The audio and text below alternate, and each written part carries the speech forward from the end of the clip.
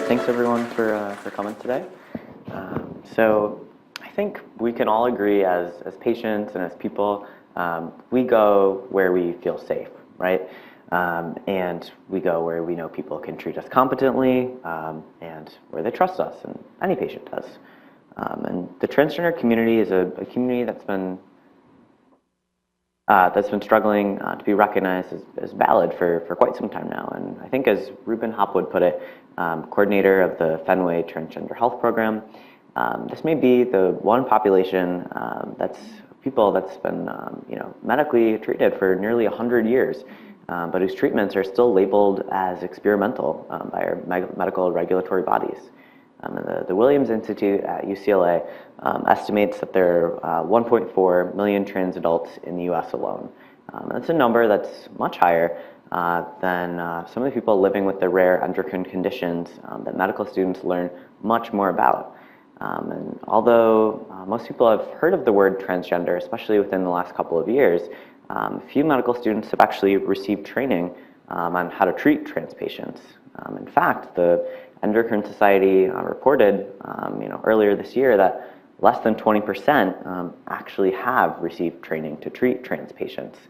And so as a trans person and as a trans patient, that's really scary to me. But who decides when a transgender person can medically transition? Is it a medical student? So when we think about trans people, we should simply think about people who identify with a gender other than the one that they were assigned at birth. And some people who are trans identify as men, some people identify as women, and some people something else. But what we all have in common is that we want to be viewed as something a little bit different than how other people might have seen us from the start.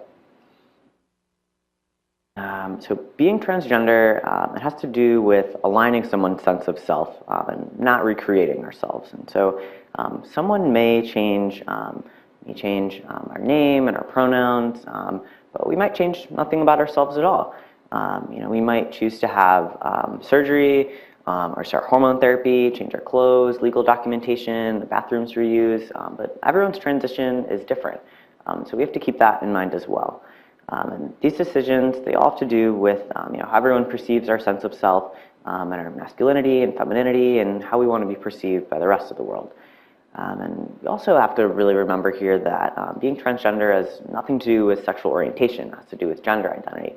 And so something that's kind of quick and easy to remember that I like to think about is that gender identity is who you go to bed as, and sexual orientation is who you go to bed with. So why do people medically transition? There are a number of different reasons and ways to answer that, and they're different for each person. But what we know and what we see by and large is that people who choose to medically transition are very satisfied with their decision to do so. And so that's good. But who should get to make the decision about when someone gets to medically transition? Is it transgender patients ourselves? Is it our doctors? What about the two of us together? So what I've always found to be really interesting about the trans community and trans health is kind of the historical evolution of how we got to be where we are. So Fenway Health, it started as a grassroots community clinic in 1978. And they recognized this growing need for more trans-inclusive and trans-comprehensive care in the Boston area. They treated 8 trans patients their first year. And then in 2006, they moved to 90 trans patients, and they've had more than 1,200 trans patients in 2014. But what happened to create that huge uptick from 2006 to 2014? What did that? They implemented something called the informed consent model. And so what that did was, that helped patients kind of circumvent the barriers that they had in place at the time through the standards that were in place then, which placed financial barriers, transportation, and these real life tests that included prolonged mental health evaluations. I'll tell you a little bit more about the real life tests in a minute. But these standards at the time that were put in place prior to informed consent by the World Professional Association of Transgender Health, or WPATH, They were the first standard of transgender healthcare, and they were published back in 1979, when originally known as the Harry Benjamin Standards of Care by Dr. Harry Benjamin. And he was really one of the first medical providers who kind of believed in the trans community, their ability to medically transition, and kind of wanted to help us along the way with that. And so there have been 7 updated versions of WPATH to date. And the latest one, it's a 120-page document published in 2011, and there should be another one coming out this year pretty soon. And so written out, WPATH standards, they look pretty good. But in practice, they just don't really hold up for what trans patients need. What do they look like? What do they consist of? Why am I here talking about them if they're not so great? The WPATH model up until 2007 had something called the real life test.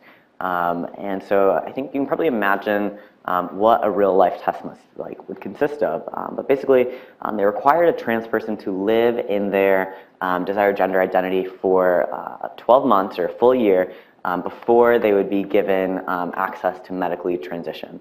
So basically, someone would have to, cut their hair, shave, wear the clothing that aligned with their gender identity, and then at school and at work, and then get basically written letter of proof from someone at school and at work to say, yes, this person is a valid trans person in their gender identity. I can kind of attest to this. And then they would bring that to the therapist, and then the therapist would then have to provide another letter before they could take that to the clinician who would actually prescribe the hormones. And so me, as a trans person, I can't imagine having to try to navigate safely by any means in school and at work with my masculine transgender identity, and then have to ask someone, a colleague, a peer, to kind of vouch for me. I think that's humanizing. I think that's embarrassing, but that's not the case anymore. So what still holds true today with the current WPATH guidelines is that we still have extensive talk therapy required. And so the real life test, it ended in 2007, so it was a full 5 years before the new standards when Fenway Health decided that that option wasn't enough. With today, we still have to kind of prove to mental health providers that trans people are serious with our identities. And so the thing is, with no minimum number of sessions required, some therapists can write someone a letter for hormone therapy on their first visit, and then other people, 3 months, 6 months, 12 months later, or maybe it's just a couple sessions later. But regardless, there's no one to really kind of regulate that process. And also, why should a therapist get to decide if my gender identity is valid? And so I decided to ask the trans community on Twitter what their experiences were like accessing hormone and surgery letters. And what I found was that there was a split between informed consent with split between informed consent and 2 to 4 visits when it came to securing a letter for hormones. And then over half the people who responded, there was about, 69 people for hormones and 41 people for surgeries, is that at least five or more sessions for surgery. And in hindsight, I realized that I wish that I could have left an open-ended option to get those exact results, but on Twitter, you can't do that anonymously. And so what this tells me is that patients, we aren't really being trusted to know ourselves, and our autonomy isn't being taken into consideration. And my next kind of thought is, well, should a mental health provider get to decide whether or not someone can medically transition?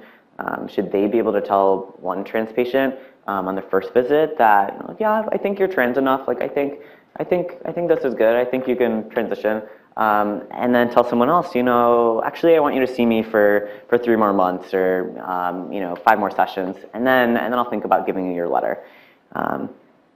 And the current WPATH standards, they advise one mental health provider's letter for hormone replacements, therapy, and 1 to 2 independent evaluations from physicians with a certain level of credentials for surgery, depending on the type of procedure. But who gets to write these letters? And are they trained? Are they qualified? what kind of experience you have to have with trans people to make this decision. Well, WPATH is pushing for this global education initiative now to train providers, and then they issue a certificate to say, yeah, you have enough training to work with trans people. But this will still kind of inadvertently create a pool of limited certified providers. And that still exacerbates the problem we have with gatekeeping. And it's not really the number of trained providers that we're dealing with right now, but it's an issue of agency in trans health. And so even if we still obviously have this huge problem with trans providers not being trained enough in a variety of issues with trans people. And I'm going to be honest here and say that this slide is not super relevant to what I'm saying right now, but I just thought that these tweets were so important that I wanted to include them, is that it's an issue of autonomy. It's not an issue of training in this particular instance. So currently, mental health providers, they get to decide who is and who isn't trans enough based off of their understanding of gender. And too many patients have had these negative experiences when they go to providers who harmfully decided that you're not masculine enough or you're not feminine enough. If you're a trans woman but you're still wearing pants, like why don't you want to wear dresses or skirts? Like all trans women must be hyper feminine all the time, right?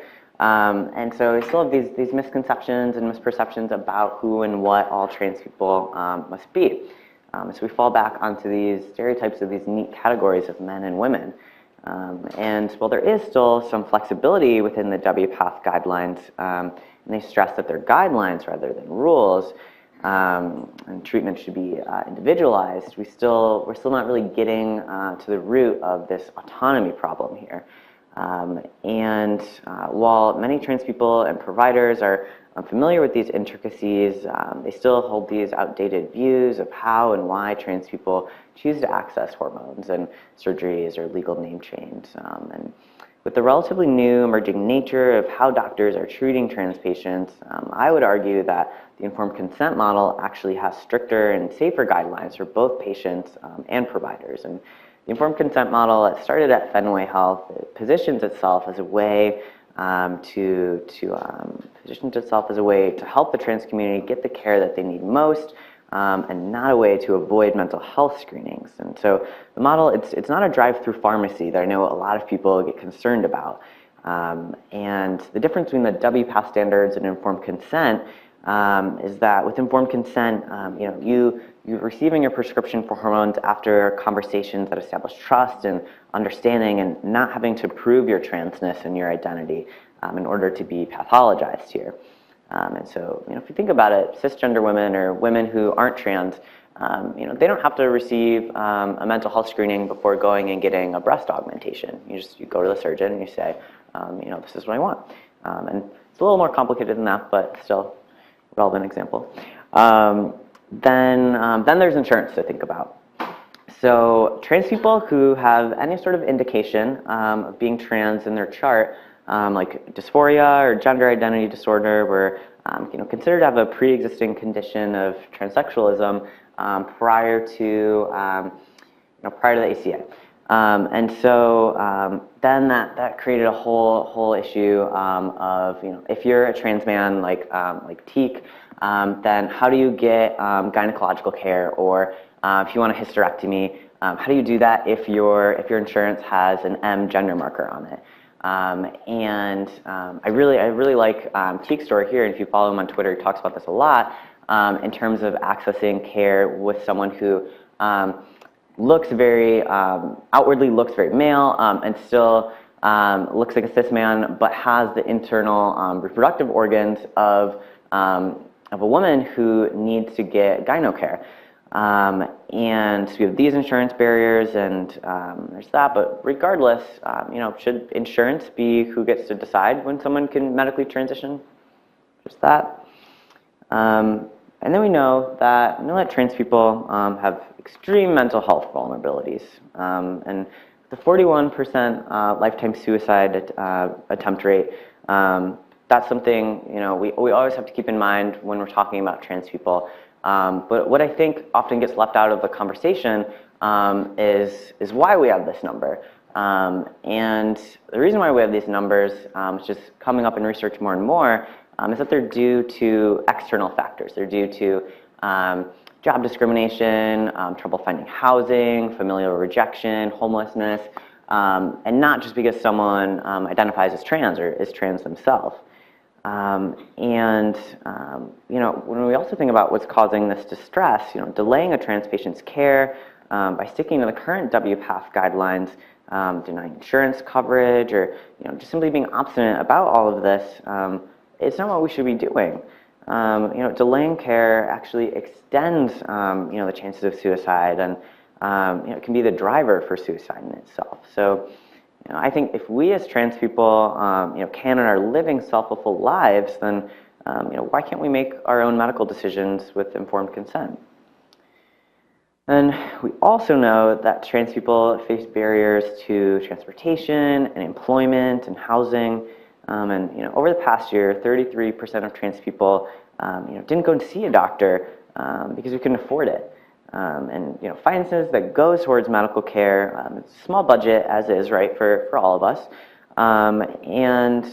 If we don't have the bandwidth to spread this across multiple therapy appointments for whether it's 3 or 5 or for 3 months or 5 months or more, then people have to make the decision between, well, should I go to therapy and wait until I can get this letter under the WPATH guidelines, or should I figure out another way to transition?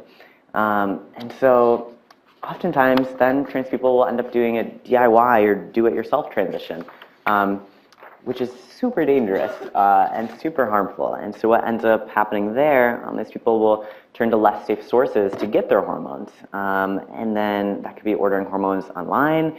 That could be getting them off the streets, and you don't know what is in these contents. And then you're also not learning how to properly inject, and you start going down this rabbit hole of well, I guess I actually don't need the medical system to transition, and I guess I actually don't need to go and get my blood labs checked. We're turning people away from the medical system instead of welcoming trans people in and giving them access to care. So someone like Amari here is a great example of, the cost was so prohibitive, and going to these therapy sessions were so prohibitive. I mean, he's a dad of 3 kids, he's married, he's also trying to go to school. He just decided, well, I'll just get hormones from someone else, I'll just order them online. And that didn't work out so well for him. But also, I don't know about you, but I don't think Amazon or online pharmacies should be who could decide when someone could medically transition. Even if medical centers use informed consent, trans patients are still afraid to come in for medical care because of the historical maltreatment in healthcare settings. So nearly 28,000 trans people participated in the nation's largest survey of trans people earlier this year. It came out, and a third of those who saw healthcare providers that year had at least one negative experience related to being trans, like being verbally harassed, refused treatment, or something else related to their gender identity. So plain and simple, if you don't feel safe, you don't go to the doctor. And when trans people don't go to the doctor, or when trans people do go to the doctor, then half the time we end up educating our providers, and we shouldn't have to. Imagine that half the time you go and see the doctor, someone who didn't go to medical school, or even if you did, you're still trans, and you end up telling them how to do it. But the thing is, you can change that, as there's so many med students and other health providers in the room who are interested in making that difference, and you're here today to learn why, and so that really excites me. That makes me really happy. But you have access to the resources that you need to do that. There are journals I'll tell you about at the end. You have Google as a friend. You have my Twitter account to ask questions to and to look for information. But my doctor and we have a partnership, and whenever I find new articles that I think are relevant, I send them to him, and probably gets annoyed with how many articles I send to him, but I have access to a lot more information within the trans community than he does as a member of that community, and so I always make sure to share that with him. And when I told him I was coming here to talk about trans health, he wanted me to to remind you all that it's not always easy, and it takes a lot of work, and we're learning together. And you all in this room, you can turn into the providers that we need within the trans community, so that you don't have to keep coming back and giving Trans 101 talks and doing these things to say, this is what our community is missing. But you can change that. I mean, you can actually be the people who change it in your curriculums, in your schools, in your practices. And although I'm someone who's very open about being trans, almost done, I swear, almost done. Not all trans people are that open about their transition, and so sometimes being trans is the last thing that people want to talk about. And so you also have to keep that in mind too, that some of the work is doing the education yourselves and not always relying on trans people to teach you. But so what you can do, you can start using the informed consent model in your clinic, in your practice, teaching about it in your schools. The biggest thing for me that I always think about is while the clinicians today are going to be who can address the gaps in transgender health, the people who are the students right now are going to be the one to close them. So that's it. Sorry for going a little over time. Thank you so much. Yeah. Awesome. We're either out of time for your talk or we have 20 more minutes. Out of time. Is Subhashri Nayak here? There. Yeah. Awesome. All right. You are out of time. I recommend that you take a photo of this so you have these resources to look to later.